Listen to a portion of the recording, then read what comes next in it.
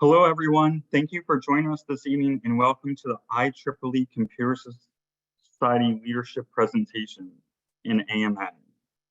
Joining us today are Jyotika Athavale and Grace Lewis. Nita Patel, our 2023 president, unfortunately got called away last minute and will not be able to join us. I'm Scott Levine. I'm the membership manager here at the IEEE Computer Society. I will be your host and moderator this evening.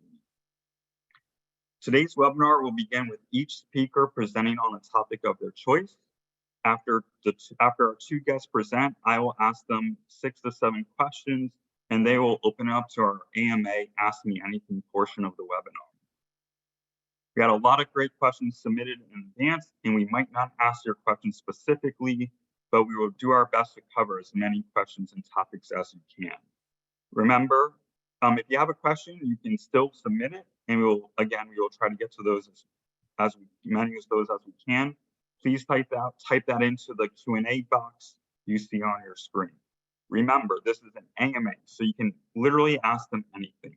We're looking to make this fun in a way for you to get to know the society's leadership who represent you, and you'll see an example when I ask a few of the questions we prepared for them.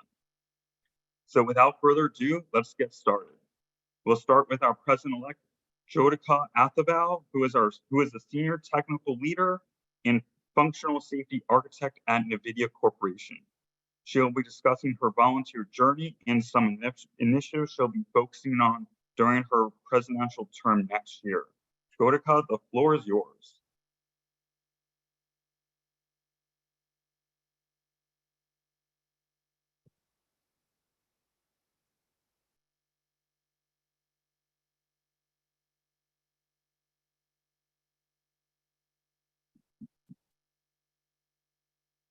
I think you're still muted.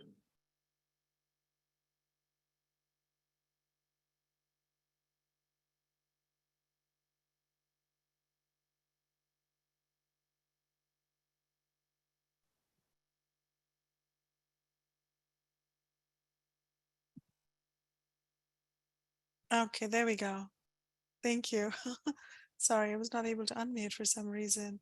Thank you so much, Scott, and thanks everyone for joining us today. I really appreciate it. Warm welcome to all of you, and appreciate your time. Appreciate Scott and Eric and others for organizing this. So I'll go ahead and share my screen here, and I think we need permission as well. It's disabled right now, Scott.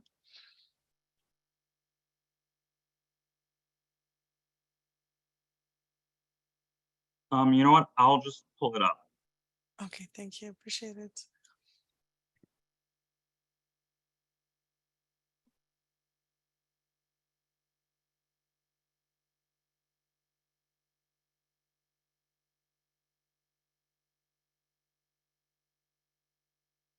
Great. Awesome. So thank you, Scott, for sharing that. So my topic for today was to talk a little bit about my volunteering journey, as well as the road ahead, and talk about volunteering with the IEEE Computer Society in general. So it's just a quick 5-minute talk. I just wanted to share a few slides, and then we can open up for Q&A later. So if we move on to the next page, to the next slide. Thank you. So why volunteer, right? So what are some of the benefits of volunteering with the IEEE Computer Society? So of course, if you're in a technical field, in the field of computing, you can advance the field in various ways by getting involved with committees, say with respect to standardization. If you want to publish your research, get involved in publication, drive the evolution, and grow your technical area of expertise, or the area that you're engaged in your day job, in your day research. The other way is to make connections, right? To meet other folks in your field, to connect with folks in the industry, working on similar kind of technology that you're doing via conferences, workshops, and other events. So it's a great way to network and build your connections, meet with professionals across the world. And the third one is propel your career. So, whether that's via materials like publications, whether it's via training programs, or whether it's via certification programs, there are various ways in which you can keep your skills current and relevant, in the marketplace, sharpen your professional skills, and, grow your technical skill sets. So those are some of the key reasons, as we have described here, on why volunteer, why get involved. If we move on to the next slide, here's a little bit about my journey, and everyone's journey is unique. But my journey started as a student member, with IEEE, several decades ago, when I started with my first publication, which was in IEEE, that was based on my research project that I was doing as part of my master's thesis. But then I continued to be an IEEE member, continued to stay involved, with conferences, serving as a technical committee member, as a speaker, and so kept connected with the IEEE and with the Computer Society. Also, I was a big fan of the publication, the Computer Magazine, because I got to see the latest research and, what was the new innovations happening. And then as my career evolved, I got more active with work and standardization. I started participating in standardization committees, and then joined as an officer, as a secretary, and then started leading a committee as the chair, which is the B2851 Standards Committee. I also then signed up to be a distinguished visitor, so that I could share some of the work that I was doing with others, across the Computer Society membership. Um, Part of the goal of the Computer Society is to disseminate our knowledge, with the next generation of technologists, with the others who are working in other fields of computing. And so as a distinguished visitor, you have that unique platform in which you can use to share, your expertise and experience and the skills that you have, earned over the years. And then after serving as a secretary in the board of governors, I then got elected to be the president-elect, in which capacity I'm serving this year. So it's been a journey of learning, researching, and contributions to technological advancement over the years. That's been extremely fulfilling and rewarding. So we move to the next slide. The rewards of IEEE Computer Society. So the rewards are many. I think on a personal level, it is an enriching and fulfilling experience. It just develops you as a person. As whether you're involved in mentoring or contributing to a technology area in a committee, or involved in conferences, it's part of that 360 development of yourself. But then you're also inspiring the next generation of engineers and technologists to pursue the STEM, career. So whether it's via outreach programs, chapter events, or others, student membership that you're talking to, you are inspiring, people are watching and learning, and you are influencing them to take on this career path. It's a platform that allows you to be creative and shape your ideas. So of course, we all have our day jobs and our day-to-day responsibilities and projects that we work on, but often there's an idea and you want to bring it to fruition, you want to contribute to it, but if that's not directly aligned with your day, your day job or those goals. So here's another platform where you can work with other people, from other companies or universities, who have a similar interest, and you can help to bring that idea to fruition, contribute to research in a different area. So it's just another platform that allows you to develop your ideas and shape them. And then finally, enables fostering innovation for the benefit of humanity. That's one of the goals of our society, is to support innovation, foster innovation. And, I can't stress enough the benefit for humanity, because that's different from, again, what you do in your day job is good for the business. But the metric that we are looking at in the Computer Society is how can we reach out to all of those people across the globe and make a difference in their lives and use technology to help them in their lives, the day-to-day. So we can move on to the next slide. The road ahead, so this, was part of my mission statement as well. And these are the areas in which, I'd like to contribute to and work with all of you, work with our IEEE Computer Society membership. The first one was to bridge the gap between academia and industry by promoting more of that collaboration, so that collaborative research, across those entities to enable exploration, innovation, and development of commercial solutions to key technology challenges. There was recently this technology report that was published by the Computer Society that also, was authored by people across the globe from academia, from industry. They all came together and put that together. So that was an example of, collaborative work that was done. The second was to nurture and support emerging technology initiatives. So a lot of new technologies in incubation across the horizon. Support them by starting new standards committees, standards harvesting, publications, workshops, conferences, webinars, other ideas, right? So it doesn't have to be limited to those. And then finally, empowering our volunteer base, focusing on providing mentorship, mentor-mentee rings or programs, training and certification programs, and development for our students and young professionals. So that's the third objective. We want to make sure that the Computer Society is of value not only to our students and young professionals, but also to those mid-career and late career professionals, such that you see that value throughout throughout that path throughout your career progression. And I think there's one more slide after this. No, Oh, is that the last actually, one? I think how do I get involved? There should be one more. Scott, I think it's actually, just a link to, yeah, that's the one. Thank you. So it's just a link to the website for the IEEE Computer Society. You can see also some open positions there, if you want to become a volunteer, what you can do and how you can get involved or engaged. So just wanted to share that link. And that was it from me. Thank you so much for listening, and appreciate your participation today. Thank you.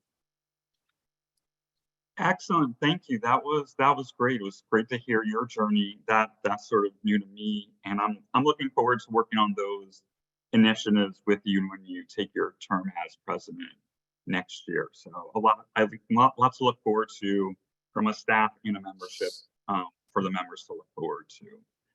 So Thanks, Scott. next, you're welcome. Next we have Grace Lewis. Grace is the Computer Society's second vice president and vice president of the Technical and Conference Activities Board, and she is a principal researcher at the Carnegie Mellon Software Engineering Institute. Grace, I know you plan to talk about your career journey. It's a little different than I think what most folks. So I think that introduction is a natural segue for you to tell us about your career path. Sure. Thank you, Scott, and thank you, Jyotika, for a very nice talk on how you're volunteering and how you're making a difference. So I just wanted to talk to all of you today about my career, because I wouldn't say it's non-traditional. I would say more it's atypical.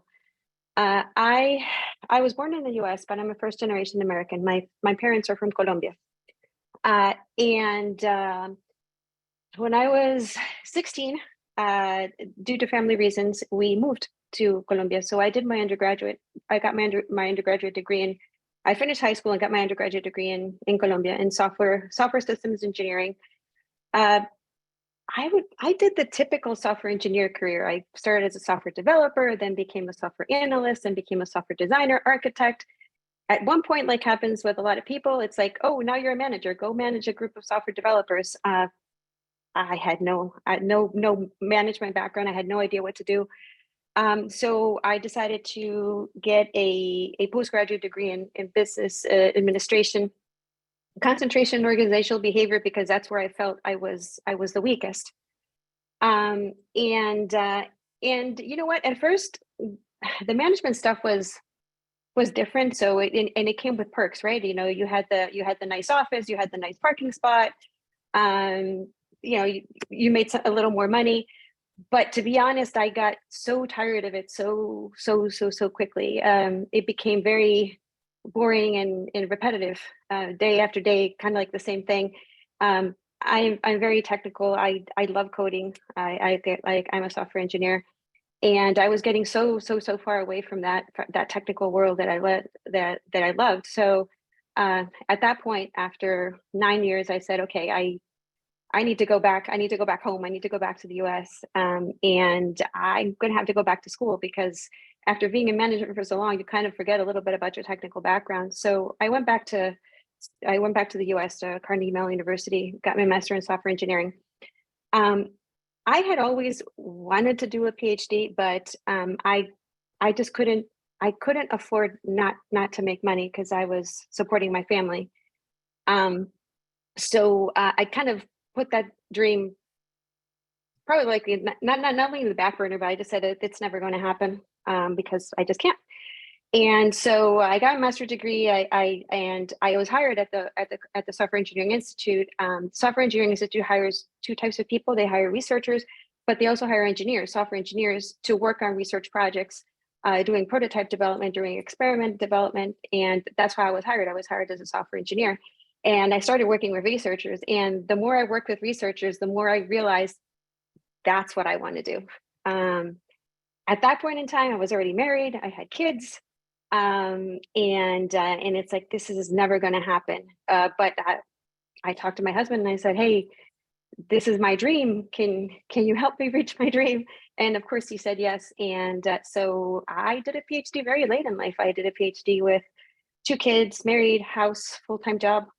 And I did it. And I wanted to share that with you, because I think for me, there are many lessons learned from what I just talked about. The first is, you know, it's never late to fulfill your dreams. And second of all, it's never late to change careers. And it's also never late to start over. And that's okay. And so that's basically what I wanted to share with you today. I'm happy to talk about my journey, because like I said, it's not non-traditional, it's just atypical, but I am where I am now. I like where I am. I'm doing exactly what I love. And on top of that, I get the opportunity to work with all these wonderful people at the IEEE Computer Society. Excellent. Thank you for sharing, Grace. I think a lot of people can take that, you know, and with their career journey and apply it. That it's never too late to go back and do what you really want to do. So that's a really great message. Okay. So we're going to transition to, as I said, we've prepared some questions for you both. We're just going to alternate who goes first. Grace, since we'll start with you and then the next question, Jyotika will go first. I'm going to just ping pong back in that order. How did you get into computers or computing? Oh, wow. That's a very good question. It's actually kind of a funny story. So I, like I said before, I'm a first generation American, and even though I grew up in the States, a lot of my family is very Hispanic, and I grew up with a lot of Hispanic, customs. So in the States, like the big thing is your sweet 16, right? In the Hispanic world, it's your quinceañera when you turn 15. And so my parents gave me 3 choices. They said, we can have a party, you can go on a trip, or you can have a computer. Guess which one I picked? The computer. Yeah. Very nerdy, very geeky, but that's really how I got into it. And that was 15. That was my first computer. I'm not going to tell you what year it was, but let's say it was a very long time ago. And I taught myself programming, BASIC, back then. That was my first language. And after that, it's like that's what I want to do. And I've been writing software ever since. Awesome. Jyotika? I think my story goes back to my school days as well. I was in middle school, I think, when I decided that I wanted to pursue an engineering career, although my choice was to be a chemical engineer because I was really, fascinated with chemistry and I love the chemistry lab. Of course, I also enjoyed math. And so I was very disappointed when I didn't get into, that major, which was my first choice. It was in chemical engineering. And so I decided to pursue electrical engineering, which was my second choice. And then as part of that electrical engineering curriculum, of course, we had computers as part of the subjects. And back then we had just a tiny, computer lab, and we had multiple people kind of huddled over, the computer trying Mhm. to trying to figure out, what to do and how to what kind of commands we needed to type. And so started from there, with my first exposure to computers. And then when I came to the United States for my graduate program, for my master's program in EE, I think that's when, I really started to get exposed to, computers, and, my with my master's research, etc., worked on programming, and then, that led into my IEEE publication and work as well. Oh, that's interesting. Okay. Well, again, starting with you, did you have a favorite computer or computing related class? So I have to say I loved programming, and so started my programming with Fortran, I think, back then, and then moved on to, C and Skill and C++. So I think those were my favorite topics, in computing back then, was programming, and I did then like a minor, so to speak, in computer science along with my graduate work. Grace? So I mean, I love programming. So I would say I enjoyed every single programming course, but the one that was really the kind of like the big thing for me is when I learned assembly language, because it was fascinating to me that you could actually control like the hardware with it, get down to the low level, and basically have a computer do whatever you wanted it to do. So for me, that was what I enjoyed the most, having that class and being connected to hardware as well. All right, excellent. Um, Next question. Like growing up or early in your career, I think you sort of covered this a little bit. What did you think you would be doing? And how does that sort of compare to what you do now? Yeah, I definitely got a lot into that. But interestingly enough, so when I was in high school, when I started high school, I would say ninth, 10th grade. I thought I wanted to study chemistry. I was fascinated by chemistry as well. And that's what I thought I was going to do. I mean, that was like my thing. Yeah, chemistry. I want to have I want to work in a lab. I want to have a lab coat, like that kind of thing. And it was really when I took my first computing class at school. Like I don't want to date myself, but I took like when I say high school, the first computing class. It was the first computing class. Like that's when they donated the computers. It was the first computing class ever, and that really changed everything for me. So that's when I got into computers. But then again, I also said before, I thought I was going to be, like a software engineer, all my life, do the software engineering career. I thought I eventually would become a manager and like management. And now I'm doing research. I work at a great university and interact with a lot of great researchers every day. So I consider myself very fortunate. So no, where I started and where I ended, nothing, very different.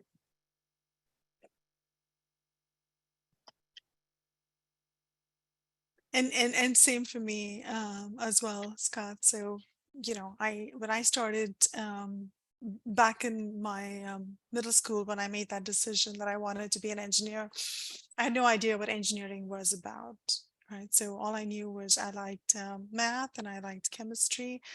but there were no engineers in my family, so I didn't know what that work would be like, other than what I was exposed to at school. And so, if you look at the work that I do today, I had no idea that that's what I would be doing back then.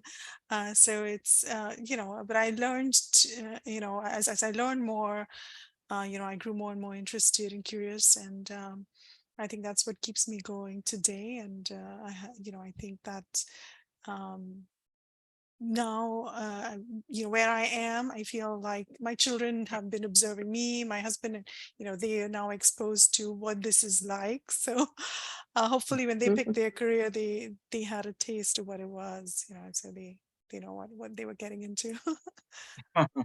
Yeah. All right. So we've done a lot about on your backgrounds or your career journeys. I think I want to segue into getting some having the people attending get to know both of you a little bit more. Is there something that you're really interested or passionate about that may not necessarily relate to your career? And to sort of give you an example for me, I'm sort of really into sports media. I listen to like a weekly podcast. They talk about like TV contracts, the league setup, announcers going from different networks and things like that. So do you have something that's sort of maybe not related, but you're really passionate about? Yes, and if I hadn't become an engineer, I would probably become an athlete. So that's my I guess my passion outside of work. And so now I've just started to focus on that, and I focus on running and running marathons. So really interested in sports. I always was, and also inspired by my mom, who was an athlete in her time. But yeah, that's what I do on the side, is use all my extra time when I'm not a mom and when I'm not at work, is focus on sports and running. How many marathons have you ran? Just two. So Okay, I did two last year, and then I've signed up for one this year. So we'll see how that goes. But awesome. uh, just got back into it during the pandemic. That's great. Grace? So I have two hobbies. One is I make cards. I make greeting cards using scrapbooking techniques. It was something that I learned from a friend, and I got into it. And it's like my stress relief activity. If somebody has a birthday, I just make a card. I don't buy cards. The other thing is I read a lot. I read a lot, and we have a friendly competition going on with my sister every year. I read mostly science fiction and fantasy. Last year, I read 32 books. Um, we'll see how I do it this year. That's impressive. How many have you gone through so far this year? 7. I'm a, Ooh, I'm a little slow. all right. That's still pretty impressive. Um, do you have a favorite band or musician? So many, so many. So I with my husband, one of our the things that we do is that we go to concerts. Um, what was the last band I saw? I saw the Killers last week. But I listen to everything. I mean, I listen to 80s music, grew up with Duran Duran. Actually, I'm actually going to go see him in September. But I also listen to classic rock. I listen to Latin music as well. Um, but yeah, it's hard for me to pick because I just have so many. I just like live music. I think that's the best answer. Live music is pretty great. So I hear you on Hmm. that. Jyotika? I think it's similar for me. I also enjoy like the 80s, 90s music, but then, I lived for about 17 years in Arizona, where I started to appreciate country a whole lot as well. So I really enjoy that as well now. But yeah, anything. I'm pretty open. I love music, and I love music when I'm training as well. Because it keeps me motivated and going. All right, So yeah. great. Yeah. Um, so we got two food related questions. That's always a good topic to get to know someone. So we'll go with I think this is probably the internet's most favorite question. Is a hot dog a sandwich?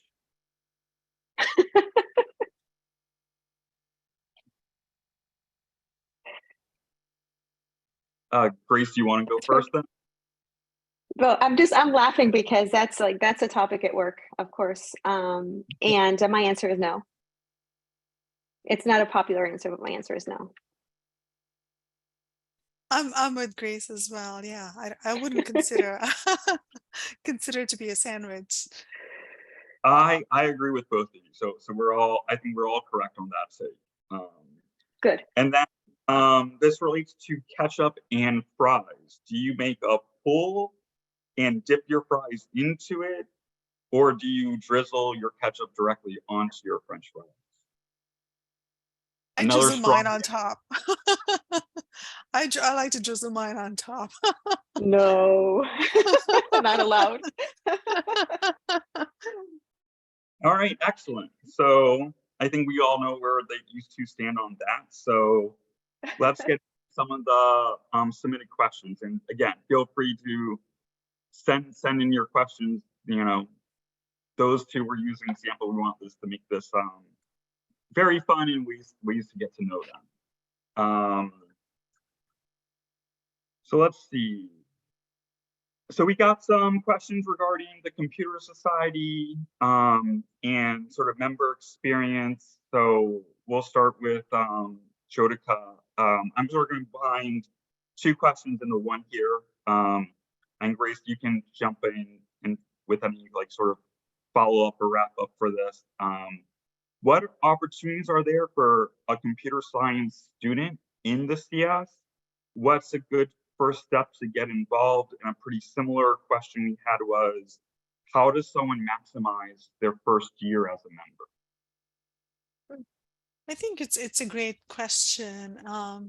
I would say as a student, get involved in your student chapter, if there is one at your university, if there's an IEEE chapter or a Computer Society chapter at your university, you can participate in that. But I think the focus, as a student, I think you want to really focus on your learning and your skills development. So, I would say focus on those aspects of getting involved is, sign up for any mentoring or learning, activities or any certification type activities, register, participate in webinars or if you want to attend conferences, listen. But I think it's more of that absorbing and learning and growing and, really developing yourself, because you're developing your skills and your resume at that point.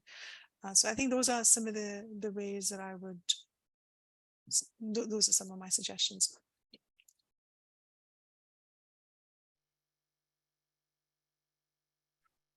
Grace, anything you want to add?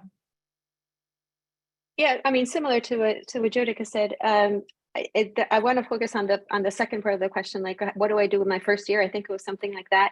I think it's just become familiar with all the resources that there are. I mean, it's just amazing how many resources there are online and that you get as part of your membership, because that also gives you an idea of like if you want to become a volunteer, like where you want to volunteer. Because maybe you like the conference organization part of it, or maybe you like the education part of it, or maybe you like standards development. And there are so many ways to get involved in all those things, and that's kind of like how you can decide where to volunteer. Like I'm very close to conferences, and that's where I do most of my volunteering. But I would say become familiar with the resources there are, and take advantage of all the free webinars, all the courses, the opportunities to talk to the people that you admire and things like that. So yeah, become familiar with all the resources, I would say, and then pick an area that you want to focus on. I think that's actually really, really great advice. There is a lot to get familiar with. Yeah. Where do you see the Computer Society in 10 years? That for me or Grace? Either one, both of you can jump in. Go ahead, Jyotika. So it's a great question. I think that, with all of the technological advancement that's happening today, I think that we are seeing more and more, as we know, more and more innovation happening at that convergence or at the intersection of technologies, and we're getting, all of those disciplines more and more interconnected, interrelated, and it'll be interesting to see how that develops over time. But I think as a computer society, I think our mission, I don't see that changing from a standpoint of continuing to support and foster, that innovation. So even though technology is advancing and growing at a very fast pace at this point, and we are working to connect all of those different applications together, all of those computing applications together, I think from our mission, we will continue to support and foster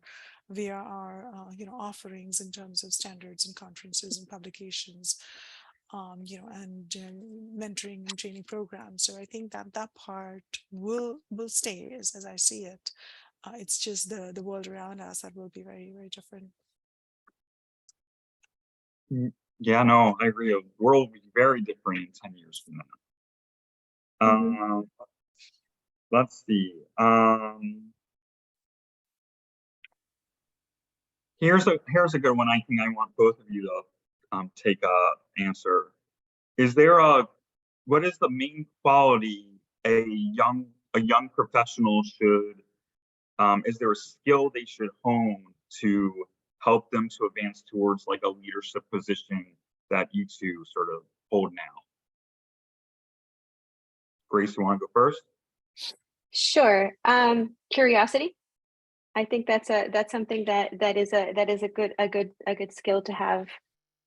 Curiosity, trying to, just want to learn about new things. But the question is specifically a skill to be a leader, was right? Is that what that was the question? A skill to hone, like the skill to hone and improve upon. Yeah. So definitely curiosity, time management, believe it or not, because obviously you have to balance many things in life, and for Jyotika and for me, volunteering is one more thing that we do in addition to all the other things that we do. So time management is definitely another one that it's important to have. I think those are all great points. The only other things I would add to that are, as starting as a student and, staying with you throughout, continue to grow your confidence, be fearless, dream big. There's a few things that Mhm. I would say, to focus on, and then the rest becomes easy, once you have that mindset. Yeah, I and really if I could just say one more thing, because you said something that I should have said, and to me it's like, keep in mind that the worst that can happen is that people can say no. So don't be afraid to ask, or to just jump in. Yeah, no, I think that's definitely great advice. There's nothing wrong with, yeah, the worst thing that can happen is someone says no. I think we'll sort of stick sort of in this world, and Jyotika, I'll start with you because I know you do work with the standards board. How would someone get involved? And I think I'm gonna that's sort of the main question, but someone asked I think a really specific question. If they have an idea for a standard relating to a specific technology, how should they proceed? How do they know if it's a good idea? How do they know if it's already being worked on, or if it's like in work in progress? And I think you talked this is one of your initiatives. They asked about, is there coaching or mentoring available, and what would sort of be the next steps if they have the new great idea for the next computer society standard? Yeah, no, that's a great question. What I would suggest is, if you have that idea in a specific technology area, then you should get involved, or look up which is the overarching committee that is driving standardization or working groups within that technological area. For example, the area that I'm working on is functional safety and dependability. There's other committees on like cybersecurity or AI or design automation. So if you know which which umbrella technology your idea fits within, I would say, get involved in that committee. Now, the committee focuses also on harvesting those ideas, forming study groups, and bringing in, kind of the work before you formalize something like a project authorization request, which then, gets approved and becomes a working group. But at that point, when you're, socializing your idea within the committee and doing that standards harvesting, so to speak, in a study group, you will get feedback on, or I think even in the form that you fill out, you will have to mention if there are other standards, and that people in the committee can give you feedback if your idea is already covered elsewhere, or if there are other competing standards, that would apply. So, but I would say that was the first step, because a lot of these committees, you can join as an individual, so you can just ask to be added to the distribution and start attending the meetings. Okay, no, I think that's great advice and a great place to start. Next, Grace, we'll go this question with directly to you. I think this is based on where you work. What could they do to improve their research activities? This was phrased as through the IEEE community. What platforms and tools can IEEE researchers use? And what do you recommend a young professional member or in their last year of school to sort of get connected into your world? Yeah, so I was waiting for that last year of school portion of it. I'm assuming the question comes from somebody probably at a university.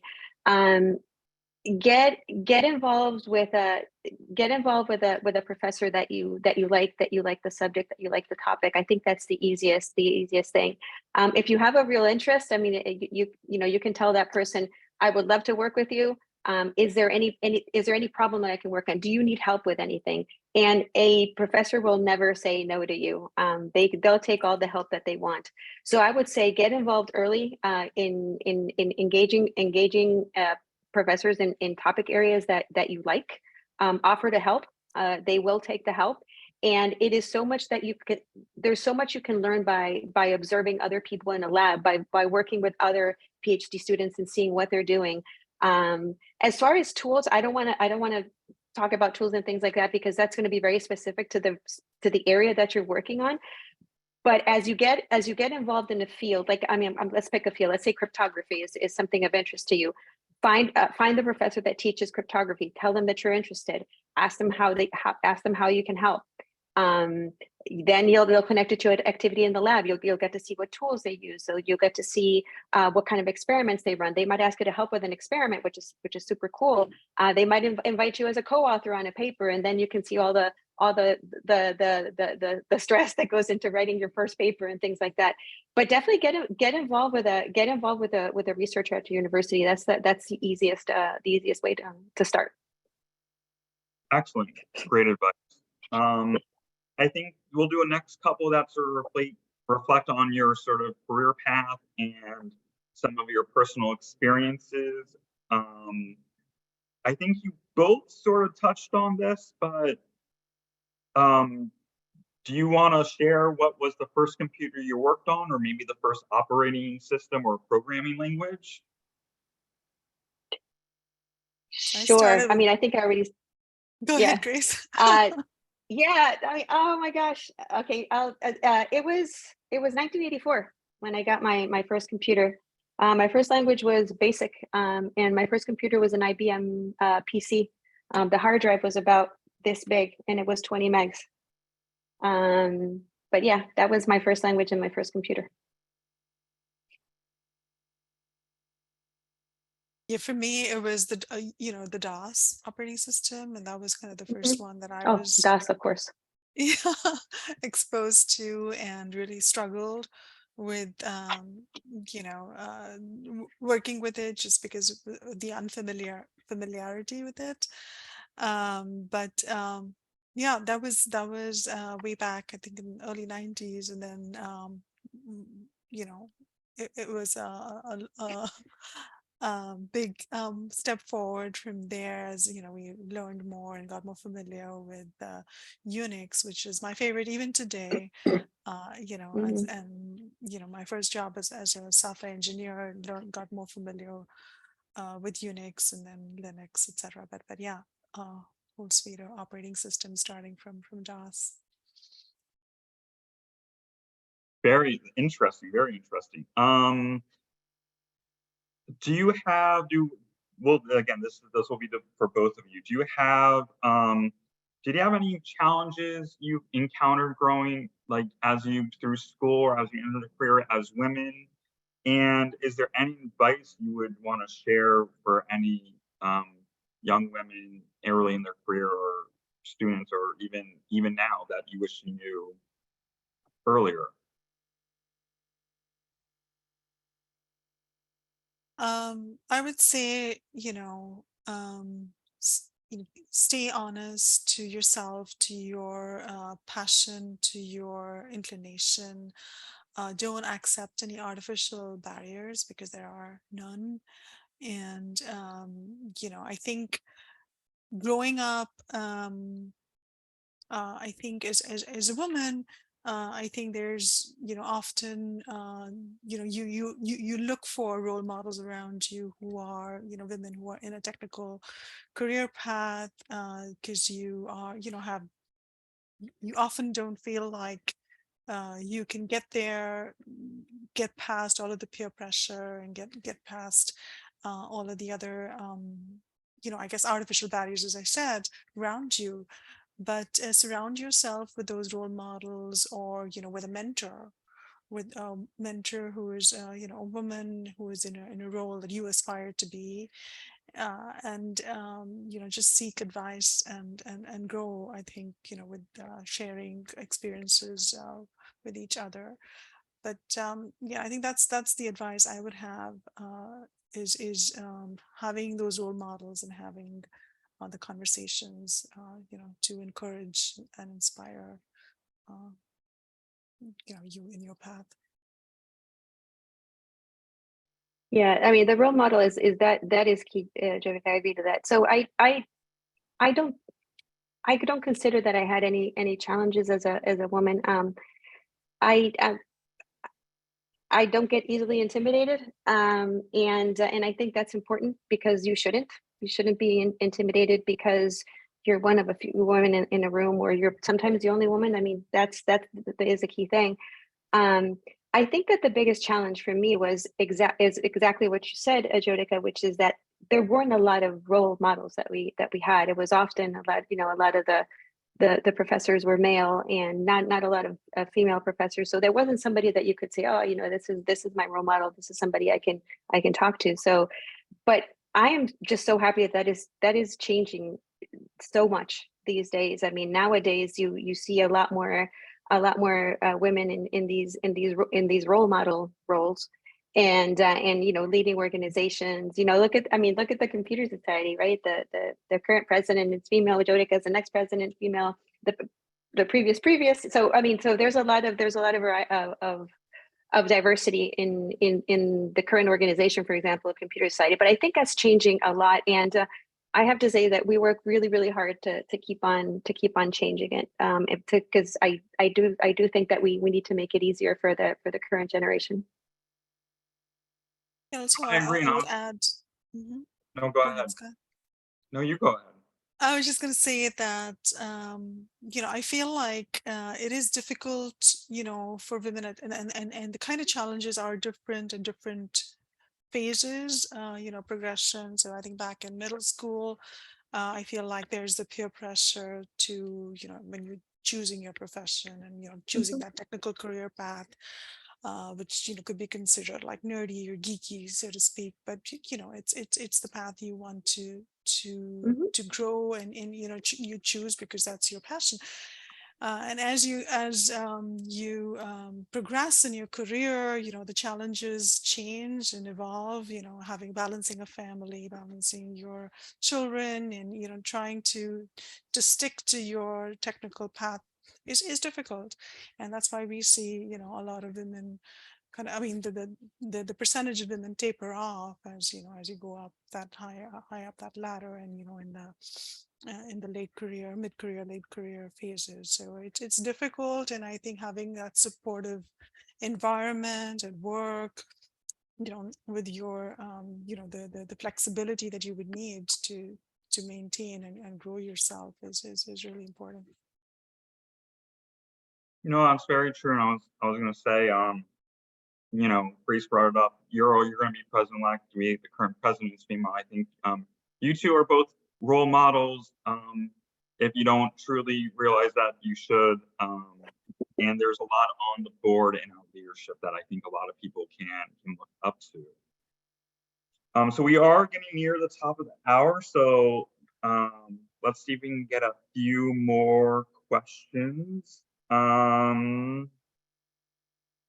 Let's see.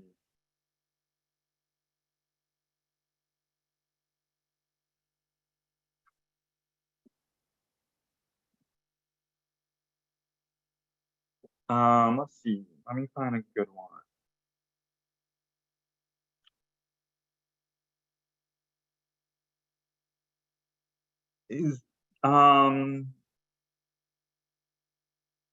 I guess we'll sort of circle back to one of our previous questions that someone asked. I think there's a sort of a follow-up to that. Do you have a favorite computing system? I know we asked earlier what was the first one you worked on, but do you have a favorite one? Is that operating system? In my case, they just say computing system. That's open-ended to you guys to interpret however you want. Yeah, if it's operating system, that's Unix for me. I'm a hardcore Unix user and fan. Yeah. That's what I would say. Yeah, and I mean, I would have a similar answer. So my computer is a Mac, and I like it because underneath it's Linux.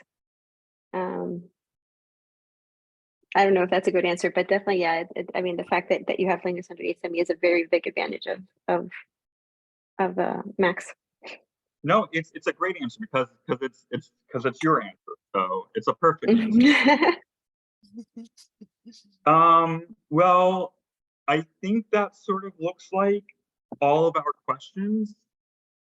I want to thank everyone for from an attendee perspective who registered and sent in questions beforehand and sent questions in via the chat and the Q&A. I want to thank Jyotika and Grace. Thank you for joining us today for our first ever leadership in AMA. Thank you so much. Just one quick, just a couple programming notes before we sign off and say goodbye. The Computer Society does does some free webinars throughout the year. We have a few coming up. On April 13th, from our Build Your Career webinar series, we'll have a webinar on how to stop wasting time in meetings. On April 18th, from our Standards Activities Board, I think this is one of our more newer standards, inclusive language. That's going to be titled "You Don't Say: Standardizing Inclusive Language." And then about 2 or 3 weeks later, from our good old IEEE 802, which everyone knows, there's going to be a focus on the Ethernet standard, the journey from 800 gigabit to 1.6 terabit Ethernet, which I think is going to be really, really fascinating. I know John D'Ambrosia is a fantastic speaker, and that should be a really, really fun presentation. You'll receive links to register for those, and for those in attendance, you'll receive a link to watch this this session again if you choose to. Again, thank you for everyone attending. Thank you to our Very, very special guests, Jyotika and Grace, for spending part of their evening with us. Thank you all for attending, and good night. Thank you, Scott. Thanks, everyone. Good night. Thank you.